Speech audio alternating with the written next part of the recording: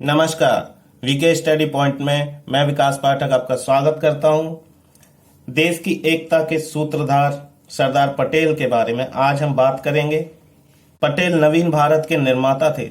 देश की आजादी के संघर्ष में उन्होंने जितना योगदान दिया उससे कहीं ज्यादा योगदान उन्होंने स्वतंत्र भारत को एक करने में दिया। वास्तव में वे आधुनिक भारत के शिल्पी थे।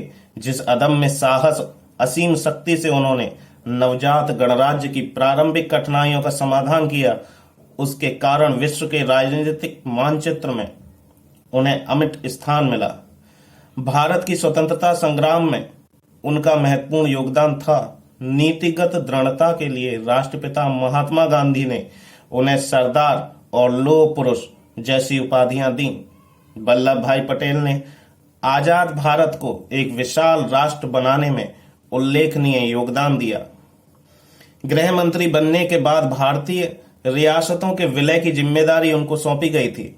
उन्होंने अपने दायित्वों का निर्वहन करते हुए 600 छोटी बड़ी रियासतों का भारत में विलय कराया।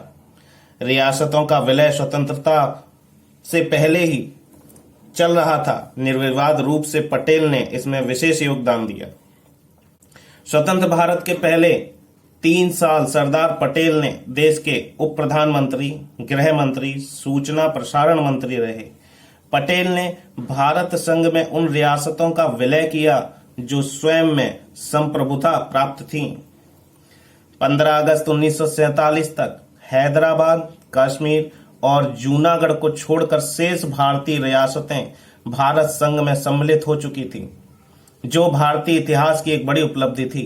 जूनागढ़ के नवाब के विरुद्ध जहां वहां की प्रजा ने विद्रोह कर दिया तो वह भागकर पाकिस्तान चला गया। इस प्रकार जूनागढ़ भी भारत में मिला लिया गया। जब हैदराबाद के निजाम ने भारत में विलय का प्रस्ताव ठुकरा दिया तो सरदार पटेल ने वहां सेना भेजकर निजाम को आत्मसमर्पण करने पर मजबूर कर दिया। निसंदेह सरदार पटेल द्वारा 562 रियासतों का एकीकरण विश्व इतिहास का एक आश्चर्य था। लक्षद्वीप समूह को भारत में मिलाने में भी पटेल की महत्वपूर्ण भूमिका रही थी।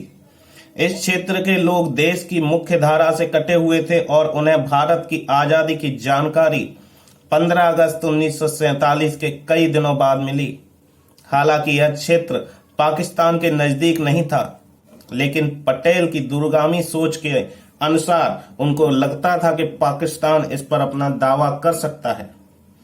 इसलिए ऐसी स्थिति को टालने के लिए पटेल ने लक्षद्वीप में राष्ट्रीय ध्वज फहराने के लिए भारतीय नौसेना का एक जहाज भेजा। पटेल का अनुमान सही निकला। ध्वज फहराने के कुछ घंटे बाद ही पाकिस्तानी नौसेना का जहाज लक्षद्वीप के पास देखा गया, लेकिन वहां भारत का झंडा फहराता देखते हुए उसे उल्टे मुंह वापस लौटना पड़ा। असम और जम्मू कश्मीर के राज्यपाल रहे एस.के. सिन्हा की आत्मकथा changing India straight from heart में एक इंटरेस्टिंग वाक्य बताते हुए वो कहते हैं, एक बार जनरल करियप्पा को संदेश मिला कि सरदार पटेल उनसे तुरंत मिलना चाहते हैं। करियप्पा उस समय कश्मीर में थे। वो तुरंत दिल्ली आए और पालम हवाई अड्डे से सीधे पटेल के औरंगजेब स्थित निवास पर पहुंचे। मैं भी उनके साथ में था। वे कहते हैं, मैं बरामदे में करियप्पा का इंतजार करने लगा कि करियप्पा को मीटिंग में समय लग सकता है, लेकिन करियप्पा 5 मिनट में ही मीटिंग से बाहर आ गए। मुझे आश्चर्य हुआ। बाद में मैंने उनसे पूछा तो उन्होंने मुझे बताया कि पटेल ने मुझसे बहुत ही साधारण सा सवाल पूछा।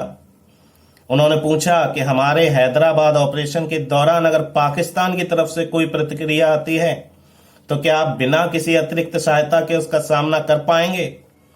और करियप्पा ने पूरे विश्वास के साथ सिर्फ एक शब्द में जवाब दिया, हाँ।